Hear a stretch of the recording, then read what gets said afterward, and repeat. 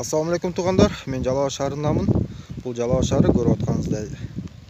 Мен азыр Кротко кетіп отқанда ескі панораманың сол жағында тұрам. Ескі панораманың сол жағына мындай қарасақ, жерге біреу домик салып тұр. Европейский стилде, легкий конструкцияда.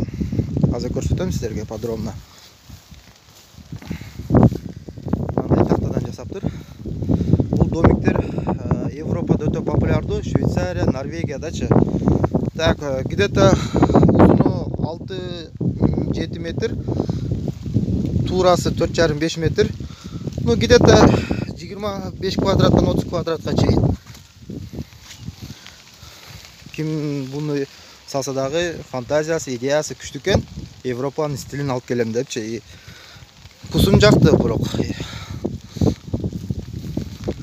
Бул жакты көрсөм, бул эски панорама. Жалал Абад шаарынын тургундары жана Жалал Абадты жакшы билгендер билет. Адамдар. Бұл мен билишимче Каралма Токой чарбасына карайт да. Бул жерге только жашылдандыруу жана чарба кылууга уруксат берилген да. Карасаңыздар, мына бадамдар. Жак бадам. Ана мындай домик салганга ким уруксат берди деп мен таң калып турам да. Бул тууралуу азыр кайрыла турган жерге кайрылабыз. Ал жактын жолун күтөбүз. Если мыйзамдуу болуп, мыйзам чегинде рухсат алса, анда молодец дейбиз. Идеясы жакшы дейбиз. Мыйзамдуу документациясы чала чатак болсо, анда мындай нерсени колдой койбойбуз. Бул жерде бир комнат болот, алда айнек болот. Караса Жалал Абад шаары көрүнүп турат да.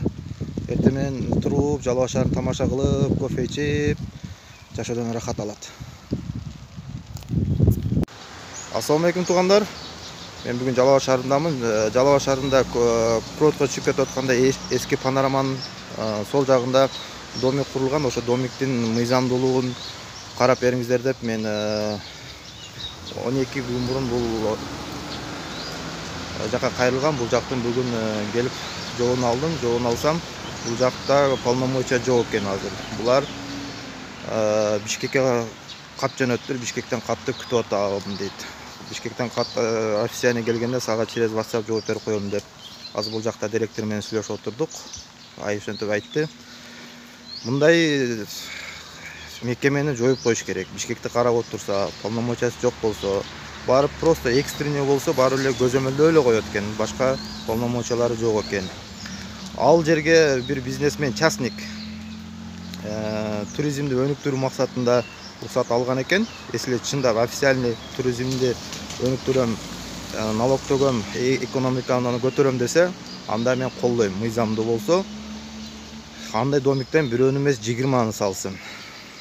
Иш орундары болот, туристтер келет, налог чөт дегендей жергиликтүү бийликкечи. Бирок ал домиктин технический документтери кат экен. Азыр мага ким кылганын, ким ал жерде частниктин аты фамилиясын айтты. Мен аны азыр айтпай эле турайын, себептен менде ушундай позиция бар. Өздүккө лишнийга сразу эле асылбаш керек. Ал кеткен каталарын, технический документацияларын оңдоп, официальный көрсөтөттүр. Ал жактын позициясын угушубуз керек биз. Бир тараптуу маалымат бергенден мен бир тараптуу маалымат бергим келбейт. Ошон үчүн ал жактындагы күтө турайлы. Бишкектен кандай жооп келет?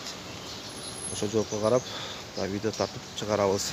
Ал тууралуу мэрияга барсам, мэрияга карап айткан, себептен ал жолдон 20 метр эле мэрияга карайт экен, калганы Каралма Токой чарбасына карайт экен. Ошо тугандар, каналга подписаться болобуз, жакында дагы жаңы видеолор чыгат.